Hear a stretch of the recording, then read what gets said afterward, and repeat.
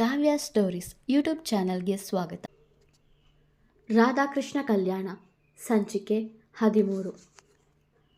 6 ಗಂಟೆಗೆ ಕೃಷ್ಣಗೆ ಎಚ್ಚರವಾಗಿತ್ತು. ಶೌಚಾಲಯಕ್ಕೆ ಹೋಗಲೆಂದು ಎದ್ದಾಗ ಅವನ ಪಕ್ಕ ಮಲಗಿಕೊಂಡಿದ್ದ ರಾಧಾ ಕಾಣಿಸಲಿಲ್ಲ. ಸಮಯ ನೋಡಿದ 6 ಗಂಟೆ. ಪರವಾಗಿಲ್ವೇ, ಬೇಗ ಎದ್ದೇಳೋ ಅಭ್ಯಾಸನೂ ಇದೆ ಈ ರಾಕ್ಷಸಿಗೆ ಎನ್ನುತ್ತಾ ಮಂಚದ ಮೇಲಿಂದ ಕೆಳಗಿಳಿದು ಬಂದ ಕೃಷ್ಣ ಶೌಚಾಲಯಕ್ಕೆ ಹೋಗಬೇಕೆಂದು ಮತ್ತೊಂದು ಬದಿಯ ಮಂಚದ ಕೆಳಗೆ ಬಿದ್ದಿದ್ದ ರಾಧಾಳನ್ನು ನೋಡಿದ.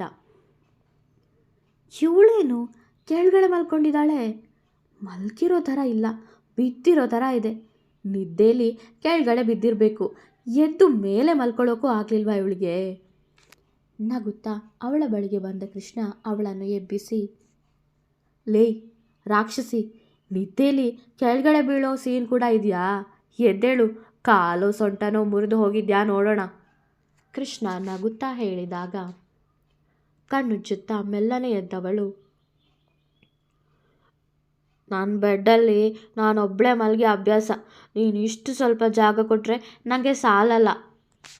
ರಾಧಾ ಹೇಳಿದಾಗ, ಅದಕ್ಕೆ ಹೇಳಿದ್ದು ನೆಲದಲ್ಲಿ ಮಲ್ಕೋ ಅಂತ, ಎಷ್ಟು ಬೇಕಾದರೂ ಜಾಗ ಸಿಗುತ್ತೆ. ಕೃಷ್ಣನ ಮಾತಿಗೆ, ನೋಡು ಈಗಲೇ ಹೇಳ್ತಾ ಇದ್ದೀನಿ, ಇನ್ನು ಮುಂದೆ ನೀನು ಕೆಳಗಡೆ ಮಲ್ಕೋ, ನಾನು ಮೇಲ್ಗಡೆ ಮಲ್ಕೋತೀನಿ. ರಾಧಾ ಹೇಳಿದಾಗ, ನನ್ನ ಬೆಡ್ನ ನಾನು ಯಾರಿಗೂ ಬಿಟ್ಟುಕೊಡಲ್ಲ, ಹಾಗೊಂದು ವೇಳೆ ಬಿಟ್ಟುಕೊಟ್ರು ನನ್ನ ಹೆಂಡತಿಗೆ ಬಿಟ್ಟುಕೊಡೋದು. ಕೃಷ್ಣ ಹೇಳಿದಾಗ, ಬಿಟ್ಟು ಕೊಟ್ಟಿಲ್ಲ ಅಂದರೆ ಕಿತ್ಕೊಳ್ಳೋಕ್ಕೆ ನನಗೆ ಗೊತ್ತು ಚಿನ್ನುತ್ತಾ ಶೌಚಾಲಯದ ಕಡೆಗೆ ಹೋಗುತ್ತಿದ್ದ ರಾಧಾಳನ್ನು ತಡೆದು, ಲೇ, ಮೊದಲು ನಾನು ಎದ್ದಿದ್ದು, ನಾನೇ ಹೋಗಬೇಕು ಟಾಯ್ಲೆಟ್ಗೆ ಎಂದವ ಅವಳನ್ನು ತಳ್ಳಿ ಮುಂದಕ್ಕೆ ಹೋಗಿ ಶೌಚಾಲಯದ ಬಾಗಿಲು ತೆರೆಯಬೇಕಾದರೆ ಅವನ ಕೈಯ ಕೆಳಗಿಂದ ಶೌಚಾಲಯಕ್ಕೆ ನುಗ್ಗಿದ ರಾಧಾ ಶೌಚಾಲಯದ ಒಳಗಡೆ ಹೋಗಿ ಬಾಗಿಲು ಹಾಕಿಕೊಂಡಳು. ಲೇ, ಹೊರಗಡೆ ಬಾರೆ, ನನಗೆ ಹೋಗೋದಕ್ಕಿದೆ. ಕೃಷ್ಣ ಕೂಗಾಡಿದ. ಬರಲ್ಲ, ಹೋಗೋ, ರಾಧಾ ಹೇಳಿದಳು. ಪಾಪಿ ಎನ್ನುತ್ತಾ ಕೋಣೆಯಿಂದ ಹೊರಗಡೆ ಬಂದು ತಾಯಿಯ ಕೋಣೆಗೆ ಹೋಗುತ್ತಿದ್ದ ಕೃಷ್ಣ. ನೀನ್ಯಾಕೋ ಇಷ್ಟು ಬೇಗ ಎದ್ದೆ? ಭಾಗ್ಯ ಕೇಳಿದಾಗ, ಟಾಯ್ಲೆಟ್ಗೆ ಹೋಗೋಕೆ ಎದ್ದೆ, ಹೋಗೋಕ್ಕೆ ಆ ರಾಕ್ಷಸಿ ಬಿಡಬೇಕಲ್ಲ. ಕೃಷ್ಣ ಹೇಳಿದಾಗ, ಲೋ, ಅವಳು ನಿನ್ನ ಹೆಂಡತಿ ಕಣೋ, ಯಾಕೆ ಹಾಗೆಲ್ಲ ಹೇಳ್ತೀಯ? ಭಾಗ್ಯ ಹೇಳಿದರು. ಹೆಂಡ್ತಿನ? ನಾನು ಯಾವತ್ತೂ ಅವಳನ್ನ ಹೆಂಡತಿ ಅಂತ ಒಪ್ಕೊಳ್ಳಲ್ಲ, ಯಾವತ್ತಿದ್ರೂ ಅವಳು ನನಗೆ ಶತ್ರುನೇ ಎನ್ನುತ್ತಾ ಶೌಚಾಲಯಕ್ಕೆ ಓಡಿದ ಕೃಷ್ಣ. ಮದುವೆ ಆದರೂ ಮಕ್ಕಳ ಥರ ಜಗಳ ಮಾಡ್ಕೊಳ್ತಾರೆ, ಗೊಣಗುತ್ತಾ ಹೋದರು ಭಾಗ್ಯ. ರಾಧಾ, ಅಡುಗೆ ಮಾಡೋಕ್ಕೆ ಬರುತ್ತಾ ನಿನಗೆ? ಸಾವಿತ್ರಿ ಕೇಳಿದಾಗ, ಇಲ್ಲ ಅಜ್ಜಿ, ರಾಧಾ ಹೇಳಿದಳು. ನಾನು ಕಾಫಿ ಮಾಡೋಕ್ಕೆ ಕಲಿಸ್ತೀನಿ, ನೀನು ಕಾಫಿ ಮಾಡಿ ನಿನ್ನ ಗಂಡನಿಗೆ ಕೊಡಬೇಕು. ಸಾವಿತ್ರಿ ಹೇಳಿದಾಗ, ಸ್ಕ್ರೂ ಲೂಸ್ ಆಗಿರೋ ಹಾಗೆ ಆಡ್ತಾನೆ, ಮಾತು ಮಾತಿಗೂ ಜಗಳಕ್ಕೆ ಬರ್ತಾನೆ, ಅವನೇ ಯಾವ ಸೀಮೆ ಗಂಡ ಗೊಣಗಿದ್ದಳು ರಾಧಾ. ರಾಧಾ, ಏನು ಯೋಚನೆ ಮಾಡ್ತಾ ಇದೆಯಾ? ಬಾ ಎನ್ನುತ್ತಾ ರಾಧಾಳನ್ನು ಕರೆದುಕೊಂಡು ಹೋದ ಸಾವಿತ್ರಿ ಅವಳಿಗೆ ಕಾಫಿ ಮಾಡಲು ಕಲಿಸಿದರು. ನೋಡು, ನೀನೇ ನಿನ್ನ ಕೈಯಾರ ಕಾಫಿ ಮಾಡಿದೆ, ಈಗ ಇದನ್ನು ಮನೆಯವರೆಲ್ಲರಿಗೂ ಕೊಡು, ನಿನ್ನ ಗಂಡನಿಗೂ ಕೊಡು.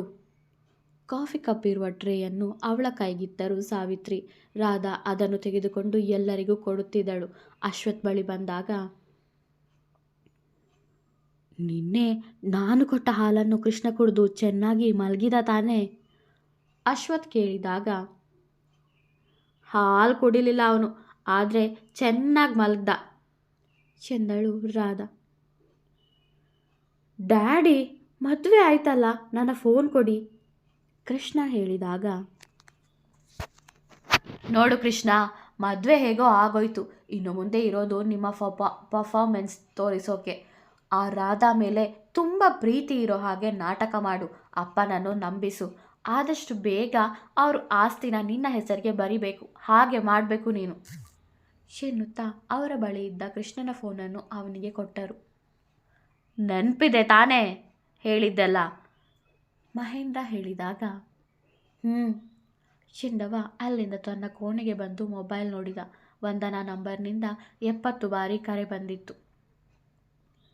ವಂದನಾ ಎಷ್ಟು ಸಲ ಕಾಲ್ ಮಾಡಿದ್ದಾಳೆ? ಛೇ, ನನ್ನ ಪ್ರಪೋಸಲ್ನ ಒಪ್ಪಿಕೊಳ್ಳೋಕೆ ಇರಬೇಕು, ಅಥವಾ ಬೇರೆ ಏನಾದರೂ ಮಾತಾಡೋಕ್ಕೆ ಫೋನ್ ಮಾಡಿದ್ರಾ?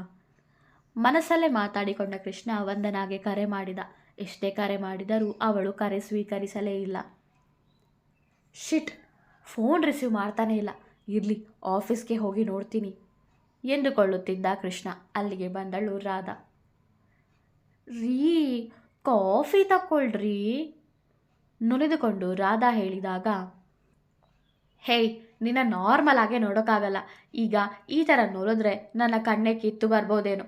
ನೊಲ್ದಿದ್ದು ಸಾಕು, ಬಂದದ್ದೇನು ಹೇಳು ಕೃಷ್ಣ ಹೇಳಿದಾಗ, ಯಜಮಾನ್ರೆ ಕಾಫಿ. ಅವನ ಮುಂದೆ ಕಾಫಿಯನ್ನು ಕೊಟ್ಟಾಗ, ನನಗೆ ಏನು ಬೇಡ, ಸುಮ್ಮನೆ ಹೋಗೇ ಇಲ್ಲಿಂದ ಕೋಪದಲ್ಲಿ ಹೇಳಿದ್ದ ಕೃಷ್ಣ. ನಾನು ಫಸ್ಟ್ ಟೈಮ್ ಮಾಡಿರೋದು ಕಣೋ ಕೃಷ್ಣ, ಕಷ್ಟಪಟ್ಟು ಮಾಡಿದ್ದೀನಿ, ಕುಡಿ ರಾಧಾ ಹೇಳಿದಾಗ, ಹೇಳಿದ್ನಲ್ಲ ಬೇಡ ಅಂತ, ನನ್ನ ತಲೆ ತಿನ್ಬೇಡ, ಹೋಗು ಇಲ್ಲಿಂದ.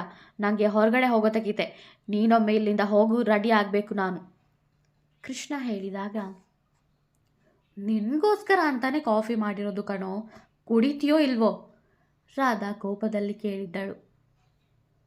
ಇಲ್ಲ, ಏನು ಮಾಡ್ತೀಯಾ ಕೃಷ್ಣ ಕೇಳಿದಾಗ, ಏನೂ ಮಾಡಲ್ಲ, ನಾನೇ ಕುಡಿತೀನಿ ಎಂದ ರಾಧಾ ಅವಳೇ ಪೂರ್ತಿ ಕಾಫಿ ಕುಡಿದು ಅಲ್ಲಿಂದ ಹೋದಳು. ಇವಳೊಬ್ಳು ಮೆಂಟ್ಲು. ಕೃಷ್ಣ ಗೊಣಗುತ್ತಾ ವಂದನಾಳನ್ನು ನೋಡಲು ತಯಾರಾಗಿ ಮೆಟ್ಟಿಲಿಳಿದು ಕೆಳಕ್ಕೆ ಬಂದ. ಅವನನ್ನು ನೋಡಿದ ವಿಶ್ವನಾಥ್, ಹೋ, ಕೃಷ್ಣ ಆಗಲೇ ತಯಾರಾಗಿದ್ದಾನೆ, ಒಳ್ಳೆಯದೇ ಆಯಿತು. ರಾಧಾ, ನೀನು ಹೊರಡು, ಬೇಗ ಹೋಗಿ ಬರೋಣ. ವಿಶ್ವನಾಥ್ ಮಾತಿಗೆ ಎಲ್ಲಿಗೆ ಕೇಳಿದ್ದ ಕೃಷ್ಣ. ದೇವಸ್ಥಾನಕ್ಕೆ ಎಂದರು ವಿಶ್ವನಾಥ್. ನನಗೆ ಬೇರೆ ಹೋಗೋದಕ್ಕಿದೆ, ನಾನು ದೇವಸ್ಥಾನಕ್ಕೆ ಬರಲ್ಲ ನೇರವಾಗಿಯೇ ಹೇಳಿದ್ದ ಕೃಷ್ಣ. ಕೃಷ್ಣ, ಮದುವೆ ಆಗಿ ಮೊದಲು ದೇವರ ಆಶೀರ್ವಾದ ಪಡೆದುಕೊಂಡ್ರೆ ಮುಂದಿನ ಜೀವನ ಚೆನ್ನಾಗಿರುತ್ತೆ. ದೇವಸ್ಥಾನಕ್ಕೆ ಹೋಗಿ ಆಮೇಲೆ ಎಲ್ಲಿಗೆ ಬೇಕಾದರೂ ಹೋಗು ಸಾವಿತ್ರಿ ಹೇಳಿದಾಗ, ಇಲ್ಲ, ನನಗೆ ಈಗಲೇ ಹೋಗಬೇಕು. ಕೃಷ್ಣ ಹೊರಡಲು ಸಿದ್ಧನಾಗಬೇಕಾದರೆ, ಕೃಷ್ಣ, ದೊಡ್ಡವ್ರು ಹೇಳ್ತಾ ಇದ್ದಾರೆ ತಾನೆ, ಇರು, ದೇವಸ್ಥಾನಕ್ಕೆ ಹೋಗಿ ಬರೋಣ, ಆಮೇಲೆ ಎಲ್ಲಿಗೆ ಬೇಕಾದರೂ ಹೋಗುವಿ ಅಂತೆ ಕಣ್ಣು ದೊಡ್ಡದು ಮಾಡಿ ಹೇಳಿದ್ದರು ಮಹೇಂದ್ರ. ಸರಿ ಎಂದು ಸುಮ್ಮನಾದ ಕೃಷ್ಣ. ಎಲ್ಲರೂ ತಯಾರಾಗಿ ದೇವಸ್ಥಾನಕ್ಕೆ ಹೋದರು. ಅರ್ಚನೆ ಮಾಡಿಸ್ಬೇಕಿತ್ತು. ಅರ್ಚಕರ ಬಳಿ ಹೇಳಿದಾಗ, ಹೆಸರು ಕೇಳಿದ್ದರು ಅರ್ಚಕರು. ರಾಧಾಕೃಷ್ಣ ವಿಶ್ವನಾಥ್ ಹೇಳಿದಾಗ, ಹೋ, ರಾಧಾಕೃಷ್ಣ, ಚಂದದ ಹೆಸರು ಎನ್ನುತ್ತಾ ಗರ್ಭಗುಡಿಯ ಒಳಗೆ ಹೋಗಿ ಪೂಜೆ ಮಾಡಿ ಆರತಿ ತಂದರು. ಆರತಿ ಪಡೆದರು ಎಲ್ಲರೂ. ಕೃಷ್ಣ, ನೀನೇ ಅವಳ ಹಣೆಗೆ ಕುಂಕುಮ ಇಡು ಸಾವಿತ್ರಿ ಹೇಳಿದಾಗ, ಮನಸ್ಸಿಲ್ಲದ ಮನಸ್ಸಲ್ಲಿ ಕೃಷ್ಣ ಅವಳ ಹಣೆಗೆ ಕುಂಕುಮ ಇಟ್ಟ. ಎಲ್ಲರೂ ಹೊರಬಂದರು. ವಂದನಾ ಹಾಗೂ ಅವಳ ಮನೆಯವರು ಒಳಗಡೆ ಬರುತ್ತಿದ್ದರು. ವಂದನನನ್ನು ನೋಡಿದ ಕೃಷ್ಣನ ಮುಖ ಅರಳಿತು. ಕೃಷ್ಣನನ್ನು ನೋಡಿದ ವಂದನಾ ಮುಖ ತಿರುಗಿಸಿ ಹೋಗುತ್ತಿದ್ದಳು. ವಂದನಾ, ನೀನೇನಿಲ್ಲಿ ರಾಧಾ ಕೇಳಿದಾಗ, ಅದು ನನಗೆ ಹುಡುಗ ನೋಡೋಕ್ಕೆ ಬರೋರಿದ್ರು, ಅದಕ್ಕೆ ದೇವಸ್ಥಾನಕ್ಕೆ ಬಂದಿದ್ವಿ ವಂದನಾ ಹೇಳಿದಾಗ ಕೃಷ್ಣನ ಎದೆ ಒಡೆದು ಹೋದಂತೆ ಆಯಿತು. ಕಂಗ್ರಾಟ್ಸ್ ರಾಧಾ, ನಿನಗೆ ಮದುವೆ ಆಯ್ತಂತೆ ವಂದನಾ ಹೇಳಿದಾಗ, ಹೌದು, ಕೃಷ್ಣನ ಜೊತೆ ಎಂದಳು ರಾಧಾ. ಗೊತ್ತಾಯಿತು, ಕೇಳಿ ತುಂಬ ಖುಷಿ ಆಯಿತು ವಾರೆಗಣ್ಣಲ್ಲಿ ಕೃಷ್ಣನನ್ನು ನೋಡುತ್ತಾ ವಂದನಾ ಹೇಳಿದಳು. ನನ್ನ ಮದುವೆ ಅರ್ಜೆಂಟ್ನಲ್ಲಾಗೋಯ್ತು, ನಿನ್ನ ಮದುವೆಗೆ ನನ್ನ ಕರೆಯೋದನ್ನು ಮರಿಬೇಡ ರಾಧಾ ಹೇಳಿದಾಗ, ಖಂಡಿತ ಕರಿತೀನಿ, ಮೊದಲನೇ ಇನ್ವಿಟೇಷನ್ ಏಕೆ ಮತ್ತೆ ನಿನಗೆ ಕೊಡೋದು ಎಂದಳು ವಂದನಾ. ಸರಿ, ನಾವಿನ್ನು ಹೊರಡ್ತೇವೆ ಎಂದ ರಾಧಾ ಅಲ್ಲಿಂದ ಹೊರಟಳು. ಕೃಷ್ಣ ಮಾತ್ರ ಅಲ್ಲೇ ನಿಂತಿದ್ದ. ಕೃಷ್ಣ, ಬೇಗ ಬಾ, ಈಚೆ ಗುಡಿಗೆ ಹೋಗೋದಿದೆ ಮಹೇಂದ್ರ ಕರೆದರು. ಅವರ ಹಿಂದೆಯೇ ಕೃಷ್ಣ ಹೊರಟ. ವಂದನಾ ತನ್ನ ಮನೆಯವರ ಜೊತೆಗೆ ಹೋದಳು. ದೇವರ ಮುಂದೆ ನಿಂತಿದ್ದರೂ ಕೃಷ್ಣನ ಮನಸ್ಸು ವಂದನಾ ಹಿಂದೆ ಸುತ್ತುತ್ತಿತ್ತು. ಅಲ್ಲಿ ನಿಲ್ಲದೆ ಹೊರಗಡೆ ಬಂದ. ಅಲ್ಲೇ ಸ್ವಲ್ಪ ದೂರದಲ್ಲೇ ನಿಂತು ಫೋನ್ನಲ್ಲಿ ಮಾತಾಡುತ್ತಿದ್ದಳು ವಂದನಾ. ಅವಳ ಬಳಿಗೆ ಓಡಿ ಬಂದ ಕೃಷ್ಣ, ವಂದನಾ ಎಂದು ಕರೆದ. ಏನೋ ಕೇಳಿದ್ದಳು ವಂದನಾ. ವಂದನಾ, ಆವತ್ತು ನಾನು ಹೇಳಿದ್ದಕ್ಕೆ ನೀನು ಏನೋ ಹೇಳಲೇ ಇಲ್ಲ. ಬೆಳಗ್ಗೆ ಎಷ್ಟು ಸಲ ಕಾಲ್ ಮಾಡಿದೆ, ನೀನು ರಿಸೀವ್ ಮಾಡಲೇ ಇಲ್ಲ. ಕೃಷ್ಣ ಹೇಳಿದಾಗ, ಏನೇಕೆ ನೀನು ಬೆಳಗಿನಿಂದ ಕಾಲ್ ಮಾಡಿದಾಗ ತೆಗೆಯೋದಕ್ಕೆ ಕೇಳ್ತಾ ಇದೀಯಾ? ನಾನು ಎಷ್ಟು ಸಲ ಕಾಲ್ ಮಾಡಿದ್ದೀನಿ ಮೊನ್ನೆಯಿಂದ. ನನಗೆ ಎಷ್ಟು ಕೋಪ ಬರಬೇಕು ನಿನ್ನ ಮೇಲೆ. ಅಲ್ಲ, ಅದೇಗೆ ನಿನಗೆ ಮನಸ್ಸು ಬಂತು ನನಗೆ ಪ್ರಪೋಸ್ ಮಾಡಿ ರಾಧಾನ ಮದುವೆ ಆಗೋಕ್ಕೆ? ನನಗೆ ಮೋಸ ಮಾಡಬೇಕು ಅಂತ ಅಂದ್ಕೊಂಡಿದ್ಯಾ? ವಂದನಾ ಹೇಳಿದಾಗ, ನಮ್ಮಿಬ್ರದ್ದು ನಿಜವಾದ ಮದುವೆ ಅಲ್ಲ ವಂದನಾ, ಕಾಂಟ್ರಾಕ್ಟ್ ಮ್ಯಾರೇಜ್ ಅಷ್ಟೇ. ನಿಮಗೆ ಗೊತ್ತಲ್ವಾ ನಮ್ಮಪ್ಪನ ಬಗ್ಗೆ? ಕೃಷ್ಣ ಹೇಳಬೇಕಾದರೆ, ನಿಮ್ಮಪ್ಪನೇ ಅರ್ಜೆಂಟ್ನಲ್ಲಿ ಮದುವೆ ಮಾಡಿಸಿದ್ರು ಅಂತಿದ್ಯಾ? ಹಾಗೇನು ನಿಂಗೆ ಬಾಯಿ ಇರಲಿಲ್ವಾ ಬೇರೆ ಹುಡುಗಿನ ಪ್ರೀತಿ ಮಾಡ್ತಾ ಇದ್ದೀನಿ ಅನ್ನೋಕೆ? ವಂದನಾ ಹೇಳಿದಾಗ, ವಂದನಾ, ಆಗ ನನಗೆ ನಿಜವಾಗ್ಲೂ ಏನು ಮಾಡಬೇಕು ಅಂತ ಗೊತ್ತಾಗಲಿಲ್ಲ. ಕೃಷ್ಣ ಹೇಳಿದಾಗ, ನಮ್ಮ ವಿಷಯ ಅಪ್ಪನ ಹತ್ರ ಹೇಳಿದ್ದೀನಿ, ಅವರು ಒಪ್ಪಿದ್ದಾರೆ. ನೋಡು, ಸ್ವಲ್ಪ ದಿನ ಅಷ್ಟೇ, ಆಮೇಲೆ ನನಗೂ ರಾಧಾಗೂ ಡಿವೋರ್ಸ್ ಆಗುತ್ತೆ. ನಾವು ಕೃಷ್ಣ ಹೇಳಲು ಬಂದಾಗ, ಹೋ, ಅಲ್ಲಿವರೆಗೂ ನಾನು ಕಾಯ್ತಾ ಕೂತ್ಕೊಳ್ಬೇಕಾ ನಿಂಗೋಸ್ಕರ? ಆಮೇಲೆ ನೀನು ನನ್ನ ಮದುವೆ ಆಗ್ತೀಯ ಅನ್ನೋ ಗ್ಯಾರಂಟಿ ಏನು? ವಂದನಾ ಕೇಳಿದಳು. ನನ್ನ ಮೇಲೆ ನಂಬಿಕೆ ಇಡು ವಂದನಾ. ಕೃಷ್ಣ ಹೇಳಿದಾಗ, ತುಂಬ ಕಾಮಿಡಿ ಮಾಡ್ತೀಯ ನೀನು. ನಿನ್ನ ಮೇಲೆ ನಂಬಿಕೆ ಇಟ್ಟೆ ನಾನು ನಿನ್ನ ಪ್ರೀತಿನ ಒಪ್ಪಿಕೊಳ್ಬೇಕು ಅಂತ ಇದ್ದೆ. ಆದರೆ ನೀನು ಆ ನಂಬಿಕೆಗೆ ಮೋಸ ಮಾಡಿದೆ. ನೋಡು ಕೃಷ್ಣ, ನಿನ್ನ ಯಾವ ಮಾತನ್ನು ಕೇಳೋ ಸ್ಥಿತಿಯಲ್ಲಿ ನಾನಿಲ್ಲ. ಮನೇಲಿ ನೋಡಿರೋ ಹುಡುಗನನ್ನು ಮದುವೆ ಆಗಬೇಕು ಅಂತ ಡಿಸೈಡ್ ಮಾಡಿದ್ದೀನಿ. ಇನ್ನು ಈ ವಿಷಯದ ಬಗ್ಗೆ ಜಾಸ್ತಿ ಮಾತಾಡೋದು ಬೇಡ. ಯಾವತ್ತೂ ನಿನ್ನ ಮುಖ ತೋರಿಸ್ಬೇಡ ನನಗೆ ಎಂದ ವಂದನಾ ಅಲ್ಲಿಂದ ಹೋದಳು.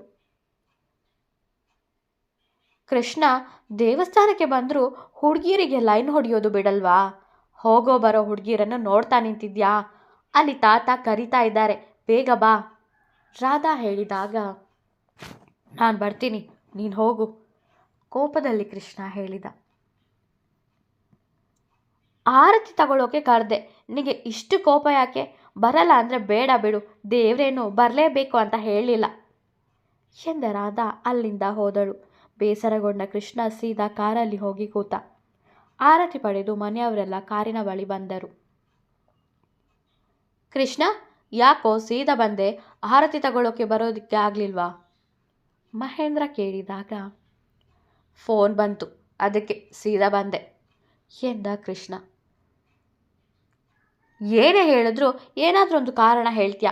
ದೇವರಿಗಿಂತ ಫೋನ್ ಹೆಚ್ಚಾಯ್ತಾ ನಿಂಗೆ? ಮಹೇಂದ್ರ ಬೈದಾಗ, ನಾನು ಕರೆದ್ರೂ ಬರಲ್ಲ ಅಂದ ಮಾವ. ರಾಧಾ ಹೇಳಿದಳು. ಇವಳೊಬ್ಳು ಉರಿಯೋ ಬೆಂಕಿಗೆ ತುಪ್ಪ ಸುರಿಯೋಳು ಮನಸ್ಸಲ್ಲೇ ಹೇಳಿಕೊಂಡ. ಇರಲಿ ಬಿಡು ಮಹೇಂದ್ರ, ಕುಂಕುಮ ಕೊಡು ಅವನಿಗೆ ಎಂದರು ವಿಶ್ವನಾಥ್. ಕೃಷ್ಣ ಕುಂಕುಮ ಹಾಕಿದ ನಂತರ ಮನೆಗೆ ಹೊರಟರೆಲ್ಲರು. ನನಗೆ ಅಡುಗೆ ಮಾಡೋಕ್ಕೆ ಬರಲ್ಲ ಅಜ್ಜಿ, ರಾಧಾ ಸಾವಿತ್ರಿ ಬಳಿ ಹೇಳುತ್ತಿದ್ದಳು. ಹೇಳ್ಕೊಡ್ತೀನಿ ರಾಧಾ, ಹೆಣ್ಣು ಮಕ್ಕಳು ಅಡುಗೆ ಚೆನ್ನಾಗಿ ಕಲಿತ್ರೆ ಆಮೇಲೆ ಗಂಡನಿಗೆ ರುಚಿ ರುಚಿ ಅಡುಗೆ ಮಾಡಿ ತಿನ್ನಿಸಿದರೆ ತುಂಬ ಖುಷಿ ಪಡ್ತಾರೆ, ಅಜ್ಜಿ ಹೇಳಿದಾಗ, ಮದುವೆಗಿಂತ ಮುಂಚೆ ಎಷ್ಟು ಸಲ ಹೇಳಿದ್ದೆ ಅಡುಗೆ ಕಲಿ ಅಂತ. ನನ್ನ ಮಾತು ಎಲ್ಲಿ ಕೇಳ್ತೀಯಾ? ಬಿಡಮ್ಮ, ಸ್ವಿಗ್ಗಿಲೋ ಝೊಮ್ಯಾಟೊದಲ್ಲೋ ಆರ್ಡರ್ ಮಾಡ್ಕೊಂಡು ತಿಂತೀವಿ ಅಂತಿದ್ದೆ. ಕೃಷ್ಣನ ಮದುವೆ ಆಗಿದ್ದಕ್ಕೆ ಸರಿ ಹೋಯಿತು, ಬೇರೆ ಯಾರನ್ನಾದರೂ ಮದುವೆ ಆಗಿದ್ದಿದ್ರೆ? ಮಹಾಲಕ್ಷ್ಮಿ ಹೇಳುತ್ತಿರಬೇಕಾದರೆ, ಅದಕ್ಕೆ ಮಮ್ಮಿ, ನಾನು ಕೃಷ್ಣನನ್ನೇ ಪ್ರೀತಿಸಿ ಮದುವೆ ಆಗಿದ್ದು. ನೀವು ಮೂವರಲ್ಲಿ ಯಾರಾದರೂ ಹೇಳಿಕೊಡ್ತೀರಲ್ವಾ? ರಾಧಾ ಹೇಳಿದಾಗ, ಆಯಿತು ಬಾ ಕಲಿಸ್ತೀವಿ ಅಡುಗೆನ ಎಂದರು ಮಹಾಲಕ್ಷ್ಮಿ. ಅಡುಗೆ ಮಾಡುವುದರಲ್ಲಿ ತಲ್ಲೀನರಾದರು. ನಿಶು ಟಾಮ್ ಆ್ಯಂಡ್ ಜೆರಿ ಇಡೋ, ನವಮಿ ಹೇಳಿದಾಗ, ಇಲ್ಲ ಕ್ರಿಕೆಟ್ ನೋಡು ಎನ್ನುತ್ತಿದ್ದ ನಿಶು. ಕೃಷ್ಣ ಅವರ ಜೊತೆಗೆ ಕೂತಿದ್ದರೂ ಅವನ ಮನಸ್ಸು ವಂದನಾ ಬಗ್ಗೆ ಯೋಚಿಸುತ್ತಿತ್ತು. ಯಾರೋ ಬಾಗಿಲ ಬಳಿ ನಿಂತು ಕರೆದಂತಾಯಿತು. ಅಶ್ವಥ್ ಅವರು ಹೋಗಿ ಬಾಗಿಲು ತೆಗೆದರು. ಯಾರು ನೀವು? ಅಶ್ವಥ್ ಕೇಳಿದಾಗ, ವಿಶ್ವನಾಥ್ ಅವರನ್ನು ಮೀಟ್ ಆಗಬೇಕಿತ್ತು ಎಂದರವರು. ಬನ್ನಿ ಎಂದ ಅಶ್ವಥ್ ಅವರನ್ನು ಒಳಗಡೆ ಕರೆದುಕೊಂಡು ಬಂದರು. ಮಾವ, ನಿಮ್ಮ ನೋಡೋಕ್ಕೆ ಯಾರೋ ಬಂದಿದ್ದಾರೆ ಅಶ್ವಥ್ ಹೇಳಿದಾಗ ಅವರನ್ನು ನೋಡಿದ ವಿಶ್ವನಾಥ್, ಹೋ ಬನ್ನಿ ಬನ್ನಿ, ನಿಮಗೆ ಫೋನ್ ಮಾಡೋಣ ಅಂತಿದ್ದೆ, ನಾನು ಹೇಳಿದ್ದನ್ನು ತಂದ್ರಾ ವಿಶ್ವನಾಥ್ ಕೇಳಿದಾಗ, ತಂದೆ ಸರ್, ತಗೊಳ್ಳಿ ಎಂದು ಅವರ ಕೈಗೆ ಒಂದು ಕವರ್ ಕೊಟ್ಟ.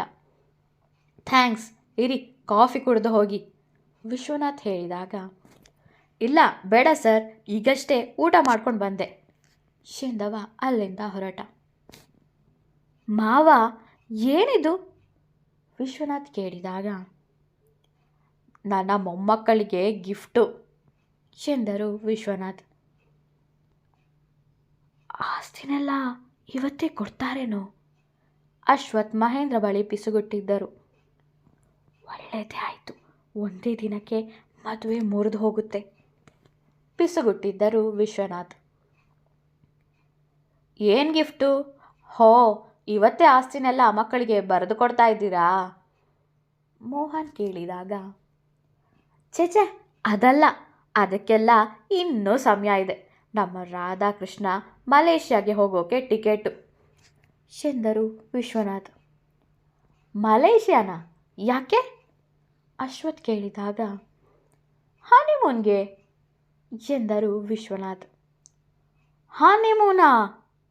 ಗಾಬರಿಯಾಗಿ ಒಟ್ಟಿಗೆ ಹೇಳಿದ್ದರು ಅಶ್ವಥ್ ಹಾಗೂ ಮಹೇಂದ್ರ. ಮುಂದುವರಿಯುವುದು. ವಿಡಿಯೋ ಇಷ್ಟವಾದರೆ ಲೈಕ್ ಮಾಡಿ, ಕಮೆಂಟ್ ಮಾಡಿ. ನನ್ನ ಚಾನಲ್ಗೆ ಹೊಸಬರಾದರೆ ಸಬ್ಸ್ಕ್ರೈಬ್ ಮಾಡಲು ಮರೆಯಬೇಡಿ. ಧನ್ಯವಾದಗಳು.